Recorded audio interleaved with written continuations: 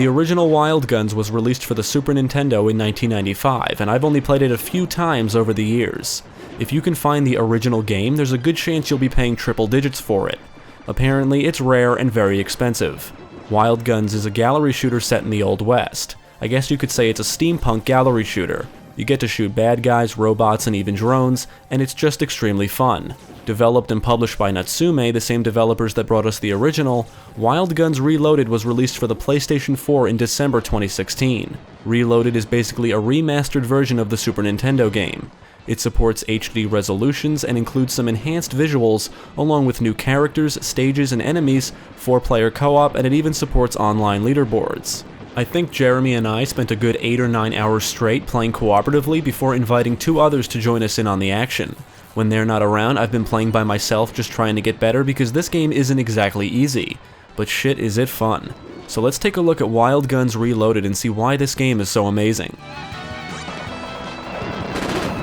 I did purchase the retail version, and like many boxed games out nowadays, there was no manual. I only say this because the game does almost nothing to even hint at any form of story, so I ended up doing some online research to even see if there is one. Annie and Clint are the 2 main and playable characters from the original game, and apparently Annie is seeking revenge for the death of her family. Clint is a space bounty hunter helping Annie on her quest. There is a main antagonist known as the Kid, and I have no idea what his deal is, but I guess he's the one responsible for the death of Annie's family. The story really is insignificant, and the 2 new characters introduced in Reloaded, Bullet and Doris, do nothing to make it more prominent. It doesn't matter because a game like this is all about the gameplay anyway. Wild Guns is a western of sorts, with stages set in an ammunition depot, gold mine, and Carson City, among others, but you'll quickly learn it's not exactly historically accurate. Robots, flying gunships, and drones are just some of the enemies you'll face, giving the game a sort of steampunk vibe. It's all very cool stuff, and it reminded me a lot of the movie Cowboys vs. Aliens, although there's no aliens here. But that's okay, because blowing away robots and bad guys is still awesome, and the gameplay in Wild Guns is super addicting. Wild Guns Reloaded is a gallery shooter, meaning you're going to be shooting a shit ton of enemies. You can only move left and right, and you use the D-pad or right thumbstick to aim your crosshair. Other than Bullet, your character cannot move while shooting, but you can jump and dodge to avoid incoming attacks. There's 3 difficulty modes, easy, normal, and hard, and I'm going to tell you right now, every difficulty is hard. This is not an easy game. You need to complete the game on either easy or normal to unlock hard. You progress through 6 stages, and after completing the first stage, you're brought to a stage select where you can complete a set of 4 stages in any order. Each stage has 2 areas where you need to defeat waves of enemies and a mini-boss before proceeding to the stage's final boss. After beating the first 5 stages, you progress to the final stage, where you blast your way through 3 areas of enemies and then the game's final boss. When playing in single player, you start with 4 lives on easy and 2 on normal and hard. After losing all of your lives, it's game over. You can still continue playing, but will have to restart the current stage, or you can choose another. If you do choose to continue, you won't be ranked on the leaderboards. You need to complete the game without using a continue for your ranking to count. I think it goes without saying, Wild Guns feels very much like an arcade game, and trying for a high score is actually in your best interest, because after earning enough points, you earn an extra life. Killing enemies rewards you with points, and killing enemies in succession increases your multiplier for even more points. Fallen enemies will sometimes drop gold and silver, and shooting these will reward you with bonus points. You also get bonus points for shooting bags of money, and from shooting the individual bills that come raining down from these bags. All of the characters have a standard weapon with infinite ammo, although Doris throws grenades and doesn't use guns. Each character has a special weapon or bomb that's extremely powerful and can clear out multiple enemies on the screen, but it does use up ammo. You can throw a lasso to temporarily stun enemies and perform melee attacks when specific enemies get too close. Annie and Clint are your basic point-and-shoot characters that were in the original game, but the 2 new characters can really change things up. Bullet is an adorable dog with a drone that does all of the shooting. The drone can auto-lock on to any enemies within its sights, making combat a bit easier. When you're not shooting, your character will move with the crosshair, and when you are shooting, only the crosshair can be moved. However, Bullet can move while shooting, meaning you need to be a bit more careful when using him. The drone does all of the shooting, but as you're moving the crosshair around, the dog will move as well, and if you're not careful, he'll get shot. When the drone gets hit, it gets stunned for a couple seconds, leaving Bullet vulnerable, but if Bullet gets hit, you lose a life. Doris is probably the most powerful character of the bunch. She's a big woman with metal arms, and instead of shooting, she throws or fires grenades. Holding the attack button will cause her to stock up on multiple grenades up to a max of 7. Her dodge is extremely quick, she can throw 3 lassos at once, and can perform some kind of electrical ground pound that acts as a melee attack. Because Doris doesn't use guns, she doesn't shoot, so playing as her will take some getting used to, but it's well worth it because if you can master her, she's basically overpowered and can decimate all enemies and quickly take down bosses. Wild Guns is all about one-hit kills, so mastering the controls is very, very important no matter which character you choose. Enemies will shoot at you, lob grenades and explosives, and some will even attempt to stun you. When an enemy shoots at you, a reticle appears on your character, and as long as you dodge or move out of the way, you won't get hit. Your character will also shout "Look out," indicated by a speech bubble, whenever an enemy fires. Besides basic dodging and moving, you can also shoot enemy bullets, and even pick up dynamite from the ground before it explodes, and throw it back at enemies. The first areas in a stage are timed, and when the timer reaches 0, any remaining enemies on the screen are instantly killed, and you then proceed to fight a sub-boss. The final area is always a giant end boss, and none of the boss fights are timed. You press the jump button while shooting to dodge, and dodging will save your life. When you're not shooting, you can perform a standard jump and even a double jump, but dodging is by far the most useful move. You're basically invulnerable during a dodge, and timing is everything. Dodging too early or too late can get you killed. You also need to be aware of your surroundings. Most of the time you'll be focusing on your crosshair and the enemies on the screen, but paying attention to your character is just as important, because the reticles that appear on your character are an indication that you need to move. I will admit that it can be hard to focus on everything when things get really hectic, making some deaths feel cheap. There's many times I died, not because I wasn't paying attention, but because there was just so much happening that I didn't see the explosive or bullet that killed me. At first, I thought Wild Guns would be better as a light gun game, but after playing it for a bit, I realized it would make the combat way too easy. The challenge really does come from mastering the controls. As I stated earlier, this is a gallery shooter, so you can only move left and right. The characters can run when not shooting, but they aren't particularly fast, so I found myself dodging more than running to get to one side or the other quicker. Moving the crosshair around the screen can feel slow at first, but that's why learning to dodge and avoid attacks is important. Enemies will appear from almost anywhere in the environments, including coming in from off-screen, and you may not have enough time to get your crosshair from one side of the screen to the other. Moving your crosshair also means your character will move, so to move the crosshair independently means you have to be shooting, which means you'll be standing still, which means you need to be aware of incoming attacks. There's actually a lot to think about, and it all does become second nature once you get used to it. You may not want to move your character to one side of the screen because the enemies are over there, but you need to get your crosshair over there to shoot them. This means you need to start shooting and move the crosshair to where the enemies are. But then enemies will suddenly appear on your side, so now you need to be ready to dodge at any moment. The gameplay can become fast-paced, and all enemies follow a pattern. Some run to a specific spot and then shoot. Enemies you can melee always come in from off-screen. Sometimes enemies appear in the windows of buildings. One stage in particular has enemies that pop up out of the ground. The enemies themselves aren't really that difficult. It's dealing with multiple enemies at once that can prove to be a challenge. Wild Guns is all about memorizing enemy patterns, not just attack patterns but how they appear as well. Until the timer reaches 0, enemies will appear on screen in waves. It's usually the same enemies appearing in the same patterns. First it may be a bunch of guys running in from off screen before a drone appears in the sky, ready to gun you down. This will always repeat, maybe it will be more enemies next time, but it's always the same pattern. Memorizing boss patterns is also crucial. They always give you enough time to avoid attacks, but knowing when to move and where is the key. Most bosses only have a handful of attacks that can easily be memorized, and many of them will be accompanied by standard enemies as well. To aid you in combat are several different weapon power-ups dropped by fallen enemies, and they all contain a limited amount of ammo.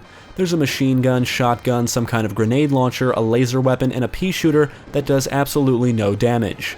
You need to shoot the power-ups to acquire them, and because of the pea shooter, you really need to watch what you're shooting at because you don't want to acquire it by mistake.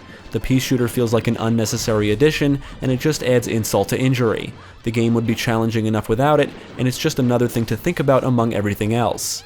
Shooting enemies will build up a meter located at the bottom of the screen next to your character's face, and once the meter is full, you are rewarded with invulnerability and a super weapon power-up called the V-Gun. I think it's short for Vulcan Gun and is supposed to be a minigun or something.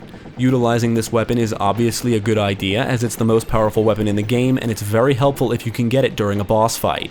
The meter will drain and once it's depleted, you lose the power-up. I do not like the fact that you don't have any control over the meter.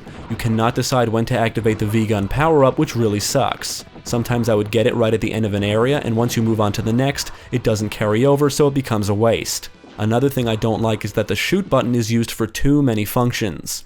You hold square to shoot, press it for a melee attack or to pick up dynamite, and triple press it to throw the lasso. I understand why they made the controls very simple, but most of the buttons on the PS4 controller are not used, and I think using another button for the lasso in particular would have been a good idea. There's too many times where things would really heat up and I would be trying to shoot, dodge, and move, and I would end up inadvertently triple pressing the square button activating the lasso attack when I just wanted to shoot. You need to release square to throw the lasso, and because I was thrown off by the mistake, I wouldn't do it in time and usually get killed. I found that this problem presented itself more often when playing as Doris than any other character. Because you need to press square to throw grenades and hold it to stock up more, many times you won't have time to stock up and will be dodging and pressing square repeatedly to throw single grenades, so obviously it becomes very easy to press the button very quickly 3 times, activating the lasso. It's annoying. Seriously, a separate fucking button for the lasso and problem solved. Wild Guns Reloaded is really a solid game for the most part. The gameplay has flaws, but they're not too bad and they don't take away from its addicting nature. Although I do have some issues with some of the design choices that may or may not be isolated to this remaster, since I haven't played the original all that much to know. There's 2 new stages in Reloaded, but they can only be played on the higher difficulties. There is no way to play all of the stages in one run. In fact, the 2 new stages replace existing ones. The new Underground stage replaces Desolation Canyon, and the new Flying Ship stage replaces Ammunition Depot. You can play the Underground stage by playing on the normal difficulty, and you can play both of the new stages by playing on the hard difficulty. This seems like a very odd design choice. I question why the developers didn't create a new set of stages while keeping the originals intact for all 3 difficulty modes. This way all stages could theoretically be scaled for each difficulty. It's not like the new stages are even badly designed. In fact, they're quite creative and a nice change of pace if you've been playing on easy for a while. The final bosses for these stages are extremely challenging, and even when we were all playing cooperatively, we got our asses handed to us several times.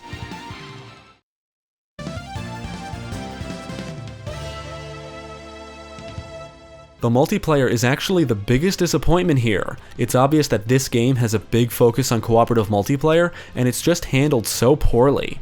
For one thing, you get no continues when playing in multiplayer. Once you hit the game over screen, you need to start the entire campaign over from the beginning. Worst of all, you all share lives, so if one person is new to the game or just sucks and dies every 5 seconds, you'll have no lives to fall back on during the more difficult sections. If you're not one who cares about high scores, this aspect of the multiplayer is a real letdown. At least in single player, you can continue playing after a game over, albeit without being ranked, but that means you can keep practicing in a particular stage without having to start the entire campaign over. Another problem is that you cannot choose the difficulty in multiplayer. It all depends on how many players, which is really fucking stupid. When there's 2 players, you're playing on easy. When there's 3 players, you're playing on normal, and when there's 4 players, you're playing on hard. This means you need 3 or 4 players to play the new stages, which is not only very disappointing, but infuriating as well. If the developers just added the ability to choose difficulty modes, this problem could have been averted. I should also mention that there's no online multiplayer, so it's not like you can find players across the world to help you out. Multiplayer is local only, so if you don't have anyone to play with, you're shit out of luck. Then of course there's the multiplayer gameplay itself. The original game only included multiplayer for 2 players, so the inclusion of the 2 extra players here is a nice addition. And it's exactly what you would expect. All of the characters are on-screen shooting shit. However, if you're having a hard time paying attention to everything going on in the single player, it gets even worse in multiplayer. There's more enemies and more ways to die, which is to be expected, but the screen gets too cluttered, which does become a problem. With Bullet's drone and its reticle sight, Doris's grenade indicators, and Clint and Annie's crosshairs, it's almost impossible to see everything going on sometimes. With more enemies added in and more incoming attacks to deal with, it's very easy to lose focus. The sad thing is, a lot of the problems with the multiplayer could have been avoided, and that's what's most aggravating about the whole thing. I can even deal with the cluttered screen, but the fact that you cannot choose a difficulty mode in multiplayer is the biggest issue I have with this game. Even with all of these problems, I still had a great time in the multiplayer, so I can't say that it wasn't fun. It just could have been better. Now, the original Wild Guns looked pretty great on the Super Nintendo, and it looks even better here. Yeah, it looks like a widescreen Super Nintendo game, but games like this are timeless, and that also applies to the visuals. Everything is vibrant and colorful, and the animations look great, especially when the main characters are idly standing by, and I can appreciate the new minor effects added in here. The new muzzle flashes and explosions look great, making the combat seem more intense at times. Some stages include parts of the environment that can be destroyed, like tables and glass. If you manage to beat the game without using any continues, you will unlock retro sound effects. Although the new sound effects are excellent, and I love the way the guns sound. Not all of the guns sound particularly powerful, but they just sound cool. The machine gun can really put your bass to work though, if you have a surround sound system that is. The music is great and fits the whole steampunk/space western theme the game is going for. I found that many of the songs will get stuck in my head, although I did play this for several days in a row and several hours each day. Presentation-wise, it's a very good remaster without any unnecessary additions to bring it down. We did not encounter or just didn't notice any bugs, and it ran super smooth with no slowdown or hiccups. You know, it's fun playing older games like this remastered for a modern system, and if it's done right, it can be just as appealing as the original game while attracting a new audience. Wild Guns Reloaded is an excellent remaster for the most part.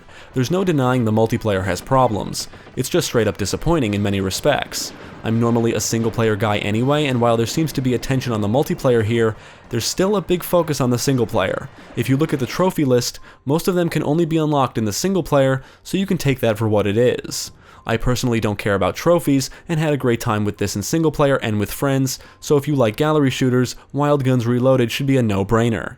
Sadly, it could have been better. The new stages are nice, but I think having them tied to difficulty modes is not a very good idea, and it makes the multiplayer even worse because of how it's handled. The original Wild Guns had a multiplayer versus mode which was not included here, but I've heard people say it was forgettable anyway. Even so, I question why it was excluded. It would have been another gameplay mode, and in Reloaded's case, more would have been better. Oh well. I haven't played many gallery shooters, but from what I've played so far, I would say Wild Guns Reloaded is one of the best. The original stages and characters are all here, with the addition of some new stuff. It looks great, it sounds great, and it's only $30. I'd recommend everybody check it out.